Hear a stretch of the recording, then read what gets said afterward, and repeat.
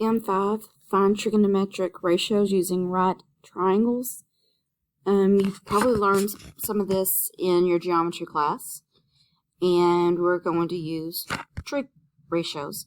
And what a trig ratio is, give me a second, let's blow that up. We have sine, cosine, and tangent are the three main trig functions.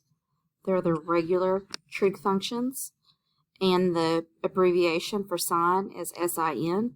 Please do not pronounce it sin. COS, please do not pronounce it cos, but you can pronounce this one tan. So sine, cosine, and tangent. And then we have the reciprocal functions, and I'll go over these better in just a minute. Cosecant, secant, or cotangent. All right, let's go back up here. So we have right triangles. And on a right triangle, we're going to, this is pronounced theta, right? Theta. And this is pronounced phi, another Greek letter. And usually you only use phi whenever there's two unknown angles, stuff like that. You're never going to have to remember that, but you know, it's just little information. Okay, so right triangles. If you have a right triangle, then you have to have a hypotenuse, right? The hypotenuse is always, the right angle is always pointing to the hypotenuse. And then your A and your B are your legs. But when we're talking about trig functions, we're going to be talking about opposite, adjacent, and hypotenuse. And the hypotenuse is always the hypotenuse, but the opposite and adjacent is always going to depend on which angle you're going to be looking at. Okay, it's going to make a little bit better sense in a little bit. Okay, so sine, cosine, and tangent. Whenever I was your age, I was not allowed to use notes on tests and stuff, so we had to actually memorize these things. And my teacher told me some old hippie caught another hippie tripping on acid. So what this is talking about is sine of your angle equals opposite over hypotenuse. Cosine is adjacent over hypotenuse. And tangent is opposite over adjacent. And it depends on which angle that you're looking at. So if we're looking at this angle, the C is always the hypotenuse, but the A and the B depend on which one's opposite and adjacent.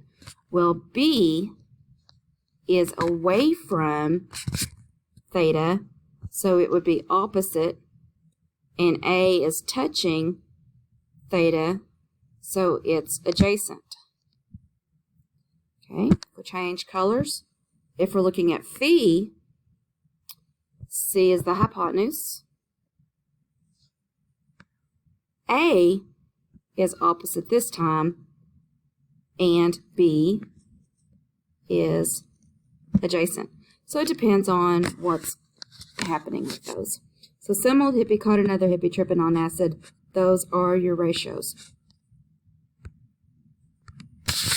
So sine is opposite over hypotenuse. Cosine is adjacent over hypotenuse. And tangent is opposite over adjacent. So what does the word reciprocal mean? Reciprocal means the inverse. And inverse means the flip of it. And cosecant is the reciprocal of sine. So if we're looking for the cosecant of theta, we would do hypotenuse over opposite. Secant is the reciprocal of cosine. So that would be hypotenuse over adjacent. And cotangent is the reciprocal of tangent, and it's going to be adjacent over opposite. The way that I kept these straight whenever I was learning them, cosine, or cosecant, cosine, and cotangent, they're never with the same one. So cosecant is not going to be with cosine. All right. And secant is not going to be with sine. So that's kind of how I remembered it. Let's figure it out. All right. So the cosecant of I like to mark my I like this. And I'm like cosecant. And I'm not looking at the notes. This is the way that I learned it. But yes, you can look at your notes. Cosecant is the reciprocal of sine. And sine is opposite over hypotenuse. So this is going to be hypotenuse over opposite. Well, which one is which? Well, here's your right angle. So this is your hypotenuse. 12 is away from I. So it's the opposite. And 5 is adjacent to I. So it's adjacent. So this is going to be 13 over 12. Now we're going to do cotangent, which is the reciprocal of tangent. Tangent is opposite over adjacent. So cotangent is adjacent over opposite. And we're looking for K. This is your hypotenuse, your opposite, your adjacent. So adjacent is 8 over 15.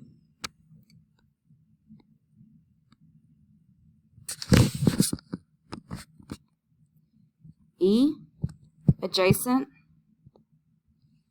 opposite, hypotenuse.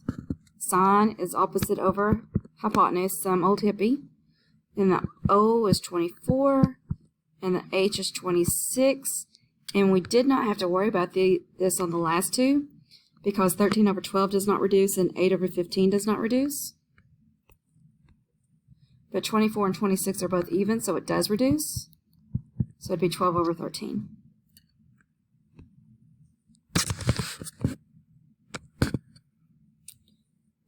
For D, here's D. So this is hypotenuse, opposite, and adjacent. Secant is the reciprocal of cosine. Cosine is adjacent over hypotenuse. That's an H. So what is adjacent over hypotenuse? 27 over 45. 9 goes into both of those. 3 and 5 times. So that's reduced. Tangent is opposite over adjacent of U, opposite and adjacent.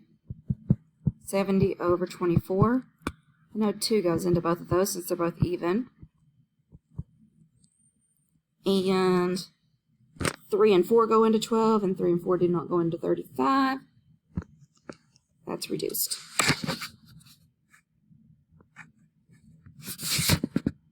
J, tangent, opposite over adjacent.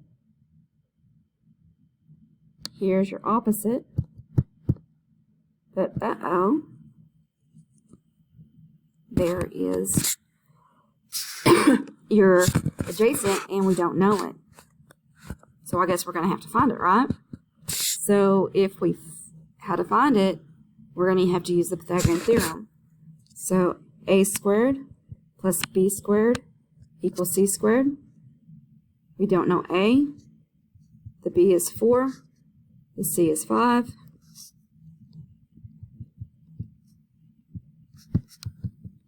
Do the math.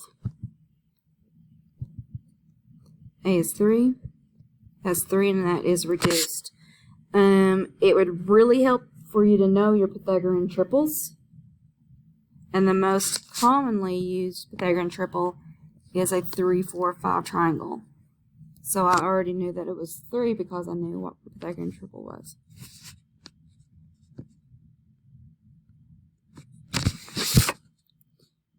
Cosine of z is adjacent over hypotenuse. The adjacent is 39, but we do not know what the hypotenuse is, so we're going to have to use it or find it. So 39 squared plus 80 squared equals h squared or c squared, depending on what you're using. I'm going to have to get a calculator for this one.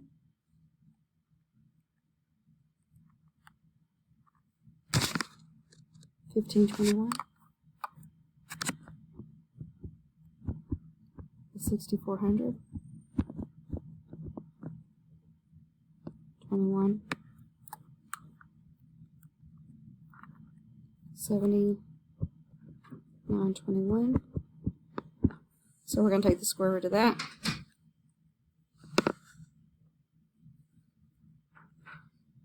So can you turn that light on? I cannot see. Oh, cool. Alright, so it worked out, and we get 89. So we're going to put 89 right there. It does not reduce. So that is our answer. Cosine of s is adjacent over hypotenuse. So we're going to have to use the Pythagorean theorem again. So the square root of 66 squared plus, we don't know, squared equals 2 square root of 22 squared. That's going to be 66. That's going to be 4 times 22, which is 88. Subtract the 66 and get 22. So we get the square root of 22. So if we do the cosine, which is adjacent over hypotenuse, the square root of 22 over 2 square root of 22, there's a 1 right there in front of it. And since we have square root of 22 on top and on bottom, they will cancel out. So our answer is 1 over 2.